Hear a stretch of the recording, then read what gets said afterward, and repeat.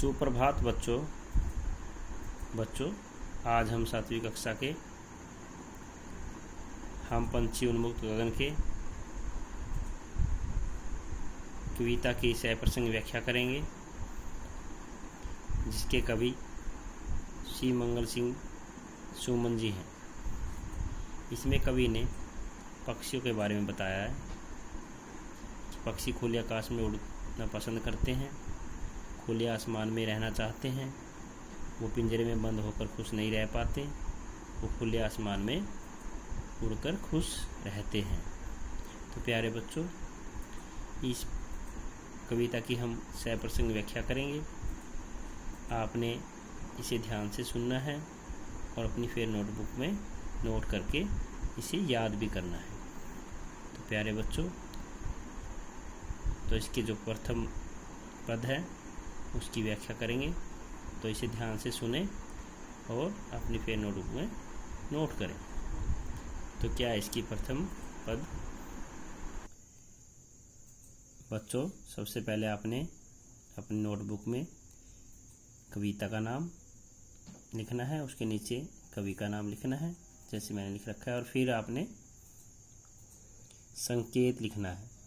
संकेत लिख के आप पूरा पद लिख सकते हो, ताकि आपको याद करते हुए आपकी बुक की जरूरत ना पड़े, आप सीधा कॉपी से ही याद कर सको। वैसे तो आप संकेत में एक लाइन लिखनी होती है, पहला अक्षर और लास्ट का बीच में डॉट डॉट, परंतु आप इसमें पूरा पद ही लिखोगे कॉपी के अंदर अपनी नोटबुक में, ताकि आपको याद करने में कोई दिक्कत ना आए। तो पहला पद क्या है? संकेत लिखोगे सबसे आगे नंबर 1, पहला ए, हम पंछी उन्मुक्त गगन के। क्या है इसके अंदर? हम पंछी उन्मुक्त गगन के पिंजरबद्ध ना गा पाएंगे, कनक तेलियों से टकराकर पुलकित पंख टूट जाएंगे। तो प्यारे बच्चों, क्या बनेगा? सबसे पहले आपने लिखना है प्रसंग। प्रसंग के अंदर क्या होता है? कवि, कविता का नाम और इस जो पद के अंदर क्या दिया है उसके बारे में थोड़ा सा बताना होता है। तो क्या लिखेंगे हम इसमें प्रसंग में? प्रस्तुत काव्यांश हमारी पाठ्य पुस्तक हिंदी की वसंत भाग 2 की कविता हम पंछी उन्मुक्त गगन के से ली गई है। इसके कवि श्री मंगल सिंह सुमन जी हैं। यह आपने प्रसंग लिखना है, आगे इसकी व्याख्या लिखनी है आपने। तो क्या लिखेंगे हम व्याख्या में? हम खुले आकाश में उड़ने वाले पक्षी हैं। क्या लिखोगे? हम पंछी उन्मुक्त गगन के, तो इसकी क्या है व्याख्या? हम खुले आकाश में उड़ने वाले पक्षी हैं, पिंजरबद्ध न गा पाएंगे, हम पिंजरे में बंद होकर नहीं रह सकते, कनक तीलियों से टकराकर पुलकित पंख टूट जाएंगे, हमारे कोमल पंख पिंजरे की सोने की तारों से टकराकर टूट जाएंगे। तो प्यारे बच्चों, ये इसकी प्रथम पद की व्याख्या थी, प्रसंग था, संकेत था। आपने सभी पद ऐसे लिखने हैं। तो अगला पद क्या है, इसकी व्याख्या करते हैं। संकेत लिखोगे ऐसे ही नंबर 2, हम बहता जल पीने वाले मर जाएंगे भूखे प्यासे, कहीं भली है कटुक निमोरी कनक कटोरी की मैदा से। तो प्यारे क्या लिखोगे प्यारे बच्चों? संकेत हमने लिख दिया है, फिर लिखेंगे प्रसंग। ऐसे आपने फिर नोटबुक में लिखना है, जैसे मैंने इस नोटबुक में दिखा रखा आपको, तो वही लिखना है। प्रसंग सबका सेम ही होता है, एक कविता के सभी प्रसंग आपने सेम ही होते हैं। प्रस्तुत काव्यांश हमारी पाठ्य पुस्तक हिंदी की वसंत भाग 2 की कविता हम पंछी उन्मुक्त गगन से ली गई हैं। इसके कवि श्री मंगल सिंह सुमन जी हैं। तो क्या लिखोगे इसकी व्याख्या बच्चों? व्याख्या,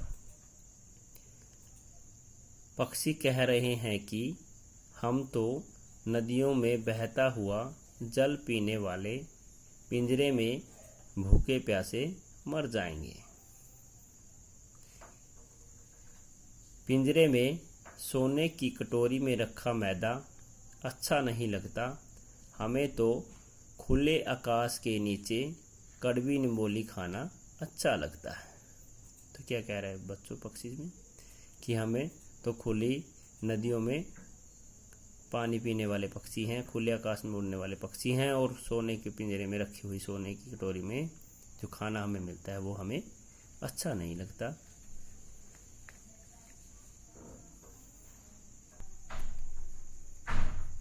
तो नंबर 3 का जो पद है वो क्या है? स्वर्ण श्रृंखला के बंधन में अपनी गति उड़ान सब भूले, बस सपनों में देख रहे हैं तरु की फुनगी पर के झूले। तो आपने संकेत में लिख दिया पूरा पद। तो आगे लिखेंगे हम प्रसंग। प्रसंग बार बार इसलिए लिख रहे हैं कि ताकि आप बार बार लिखोगे तो आपको याद हो जाएगा ये। तो क्या प्रसंग में?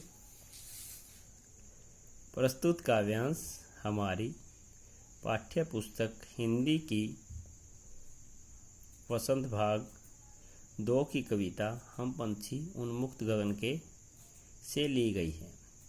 इसके कवि श्री मंगल सिंह सुमन जी हैं। क्या बच्चों इसकी व्याख्या? व्याख्या में क्या लिखेंगे? सोने के पिंजरे में बंद होकर हम उड़ना ही भूल गए हैं। सोने के पिंजरे में बंद होकर हम उड़ना ही भूल गए हैं। अब तो हम सपनों में ही पेड़ पौधों की टहनियों के झूले देख रहे हैं। तो क्या कह रहे हैं बच्चों इसमें पक्षी कि सोने के पिंजरे में बंद होकर हम अपना उड़ना सब भूल गए हैं, सिर्फ सपनों में ही पेड़ पौधों पे झूले झूलना देख रहे हैं। तो प्यारे बच्चों, आज के लिए बस इतना ही। बाकी के जो रहते हैं पद वो हम कल को करेंगे। तो आपका बहुत बहुत धन्यवाद। आपने इन्हें अपने फिर नोटबुक में लिखना है और इन्हें साथ साथ में याद भी करना है, और जैसे मैंने इस नोटबुक में दिखाया है ऐसे ही आपने अपने फिर नोटबुक में लिखना है। तो प्यारे बच्चों, आपका बहुत बहुत धन्यवाद।